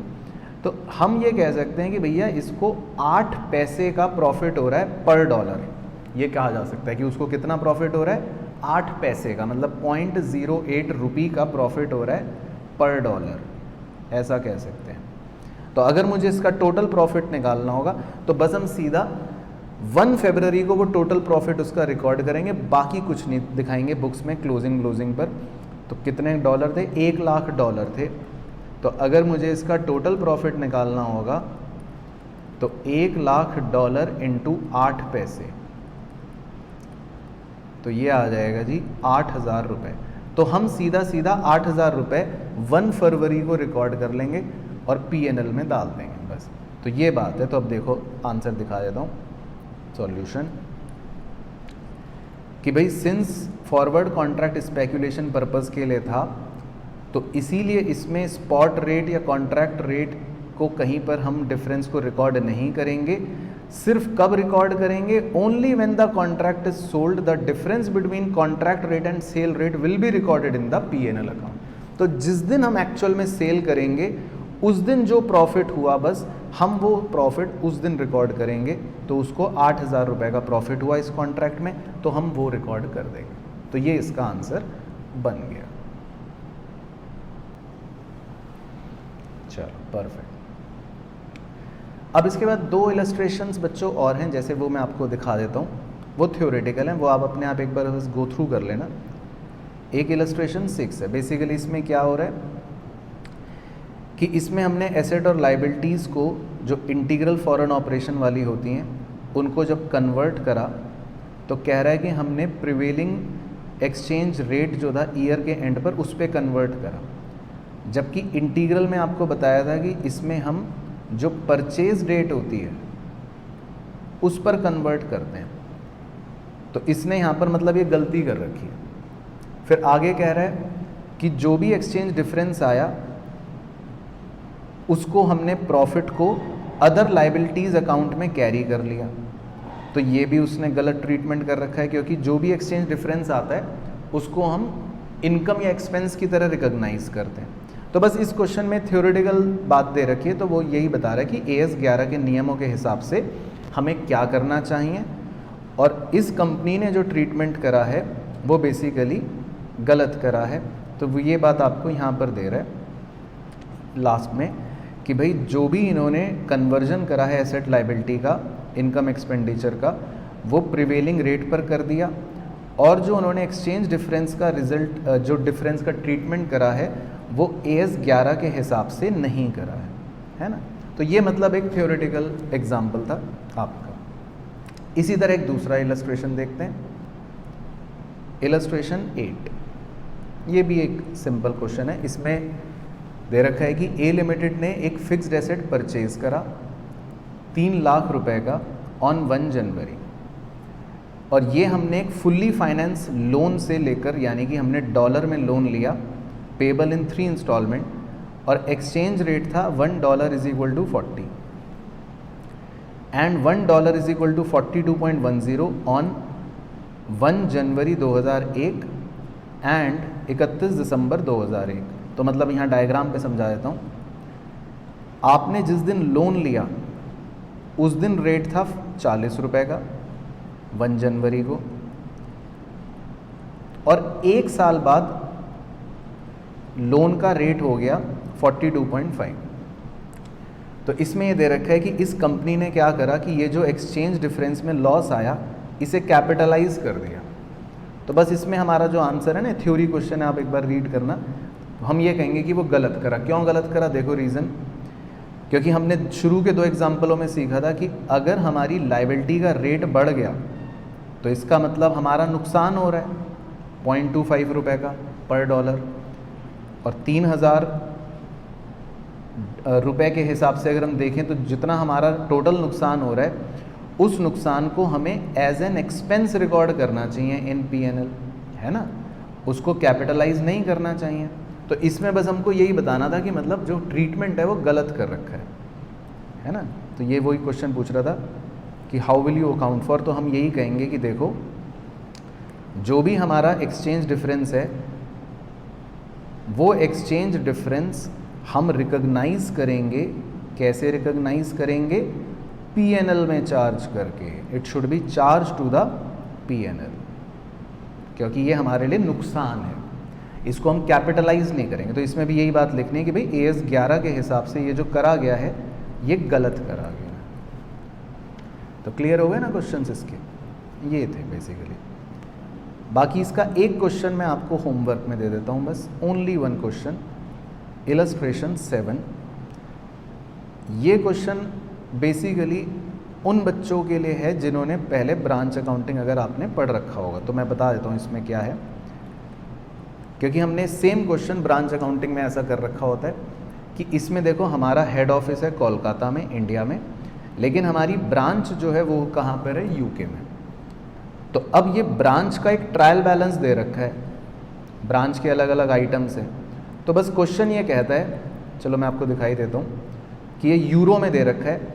तो क्वेश्चन ये कहता है कि भाई आपको ये जो ट्रायल बैलेंस दे रखा है ना, फिर उसने क्लोजिंग स्टॉक बताया है, डेप्रीसिएशन, तो वो ये कह रहा है कि ट्रायल बैलेंस बनाओ इसको इंडियन रुपी में कन्वर्ट कर। तो ये सेम क्वेश्चन आपने ब्रांच अकाउंटिंग में कर रखा है, लेकिन एक बार आप दोबारा से करके देख लेना।